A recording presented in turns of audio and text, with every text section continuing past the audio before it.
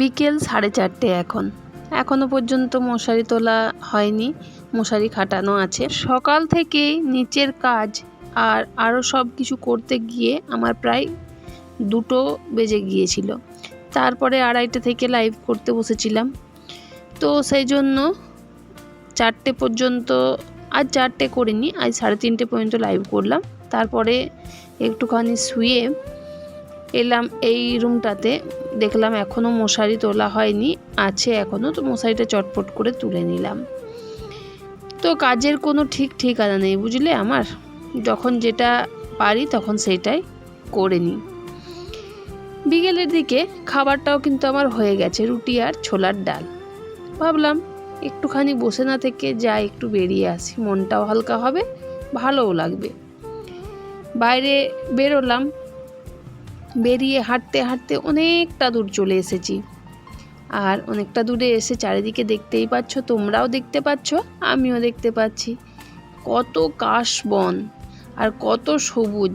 এই যে সবুজ জিনিসটা দেখে না সত্যি চোখগুলো ভালো হয়ে গেল, মনটাও ভালো হয়ে গেল।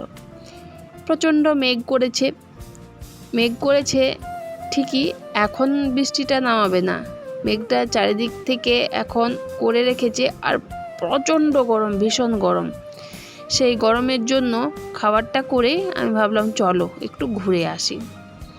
তোমাদের দাদাভাই বললো চলো, অন্ধকার হয়ে গেছে আর মেঘও হয়ে গেছে, তো চলো আমিও ঘুরে আসি তোমার সাথে। এদিকে এসে অনেকটা হেঁটে হেঁটে চলে এসেছি। আর দুই পাশে কিন্তু 2টো পুকুর, পুকুরে জল একদম ভর্তি, থই থই করছে জলে একেবারে। তো এই পুকুর দুটো সারা বছরই জল থাকে, জল শুকোয় না, কিন্তু এখন চারিদিকটা একটু জঙ্গল হয়ে গেছে। একটু যখন আবার রোদ উঠবে আবার ঠিক পরিষ্কার করে দেবে। এই পুকুরগুলোতে এখনও অনেক মানুষ স্নান করে। আমার তাড়া কিসের বলো তো, আমি আগে আগে যাচ্ছি, তাড়া হচ্ছে আমার ডালটা কিন্তু হয়ে গেছে বললাম, ছোলার ডাল, তো আরও 2টো সিটি পড়বে। আর যেহেতু আমাকে উনুনে রান্না করতে হবে, সেজন্য তাড়াতাড়ি আমি চলে আসছিলাম। চারিদিকে কত ঘর বাড়ি দেখো, আর এই ঘর বাড়িগুলো ইদানিং তৈরি হয়েছে, এখন কোনো জায়গা না ফাঁকা রয়েছে না, কিন্তু চারিদিকেই বাড়ি তৈরি হয়ে যাচ্ছে, ফাঁকা মাঠেও বাড়ি হচ্ছে। কাশবনটা বেশ ভালোই হয়েছে, আর কিছুদিনের অপেক্ষা, মা আসছেন, তারপরেই কাশফুল ফুটবে, সেই ভিডিও তোমাদের সাথে আমি শেয়ার করব। একটুখানি এই যে পাতাগুলো দিয়ে মানে খেলা করতে মন চাইছিল, শৈশবে ফিরে যেতে মন চাইছিল, উপায় নেই, চলে আসছি। আর তখন দেখো রাস্তার পাশে যে কচু গাছগুলো আছে, সেখানে একটা হলুদ মতো কি হয়েছে, এটা আমি খুঁজে পেলাম না জিনিসটা কি জিনিসটা কি জানি, আমার তো আশ্চর্যই লাগলো, অবাক লাগলো, তো সেই জন্য তোমাদের সাথে শেয়ার করলাম। তবে তো বাড়িগুলো দেখো সব ফাঁকা পড়ে আছে, সব বিক্রি হবে বলছে, কিন্তু দাম প্রচণ্ড রেখেছে। বাড়ি ফিরে আমি কাপড়ের পাহাড় দেখে অবাক। এগুলো চলো পরিষ্কার করে নিই। দেখো বন্ধুরা কত পরিমাণে মেঘ করেছে, এই দেখতেই পাচ্ছ মেঘের অবস্থাটা।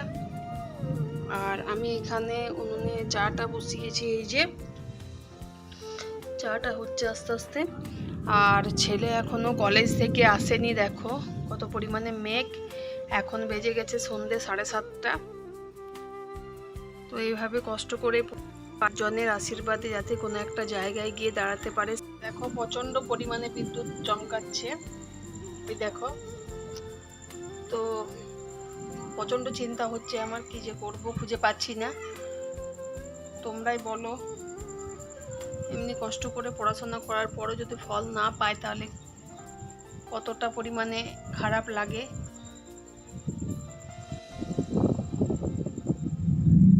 চাটা অনেকক্ষণ থেকে অল্প অল্প আছে, চাটা ফুটছে, তো এবার চাটা হয়ে গেছে, কারণ গ্যাস শেষ হয়ে গেছে, গ্যাস এখনও কিনে আনতে পারিনি আমি। আর চাটা ওই জন্যই আঁচ রইতে রইতে উনুনে করে নিলাম। তো চলো, আজকে জানো ভাতগুলো একদম খেতে পারিনি, তো খিদেও পেয়ে গেছে। তো এখন ছেলে ফিরলো কলেজ থেকে, আর তারপরেই আমি খেতে বসে পড়েছি। আলুর দম ছিল সকালের একটুখানি, আর বাদাম আর মুড়ি।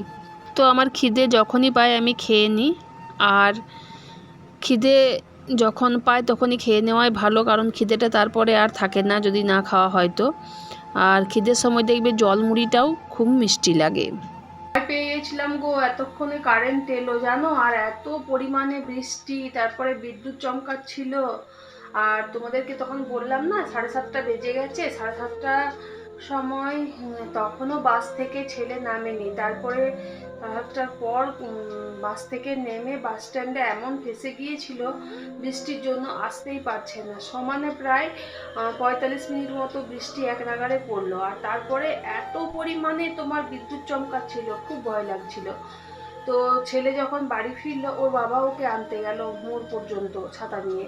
তো যখন বাড়ি ফিরলো না, তখন একদম পুরো ভিজে গেছে, আর সেই সময় কারেন্টও চলে গেছে। তো সেই সময়টা এমন পেরোলো, এত টেনশন ভোগ করলাম, মানে এত চিন্তায় ছিলাম যে কি বলবো।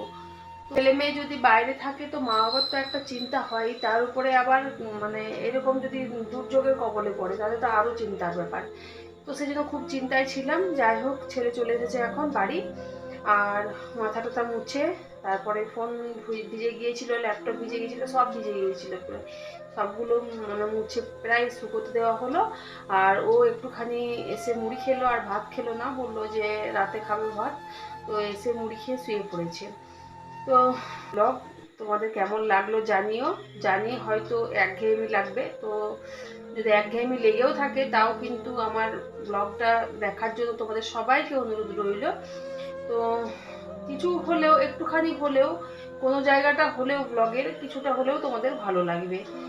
তো সেই ভালো লাগা থেকেই পুরো ব্লগটা দেখো, অনুরোধ রইল আমার তোমাদের কাছে স্কিপ না করে দেখার। তো চলো, আজকের ভিডিওটা আমি এখানে শেষ করছি। দেখা হচ্ছে তোমাদের সাথে নেক্সট ডে নেক্সট ব্লগে। ততক্ষণের জন্য তোমরা সবাই ভালো থেকো, সুস্থ থেকো, আর এভাবেই দেখতে থাকো আমার সাথে আমার ব্লগ তড়িঘড়ি লাইফ।